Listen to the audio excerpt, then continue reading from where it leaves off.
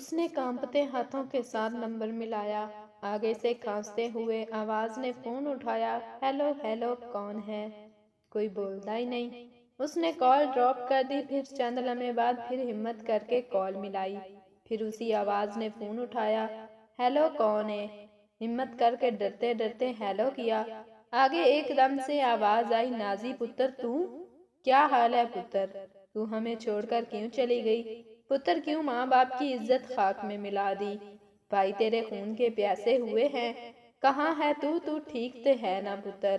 Nazi کا رو رو کر برا حال تھا، کچھ نہ بولی۔ اس کی ماں بولتی چلی گئی، پوچھتی چلی گئی، لیکن نازی جیسے بے سدھ کھڑی رہی، جیسے سکتے میں ہو۔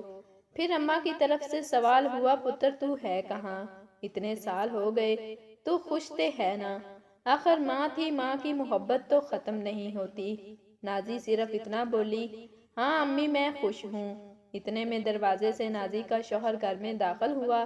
نازی نے گھبراتے ہوئے فون بند کیا اور ڈر سی گئی۔ شوہر نے داخل ہوتے ہی پوچھا، کس سے فون پر لگی تھی؟ میری غیر حاضری میں تم دوسرے مردوں سے گپیں لگاتی ہو۔ تم میرے ساتھ بھاگ کر آئی ہو، کسی اور کے ساتھ بھی بھاگنے کا ارادہ ہے؟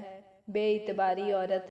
گھر سے بھاگی ہوئی لڑکی کو جان نثار کی والہانہ سچی محبت، اندھے قانون کی لاٹھی، دنیا کے ہر مذہب کی رضا، مجبور والدین کی رضامندی، غیرت مند بھائیوں کا وقتی سمجھوتا، یار دوستوں کی دلی خوشی اور اپنے ضمیر کی آواز کا اطمینان بھی مل جائے، لیکن اسے عزت کبھی بھی نہیں ملتی، اپنی ساری زندگی کی قیمت پر بھی نہیں، اپنی آنے والی نسلوں کے سامنے بھی نہیں۔ اسے صرف سمجھوتے کرنے ہوتے ہیں، وہ سمجھوتے جن سے فرار کے لیے اس نے یہ انتہائی قدم اٹھایا۔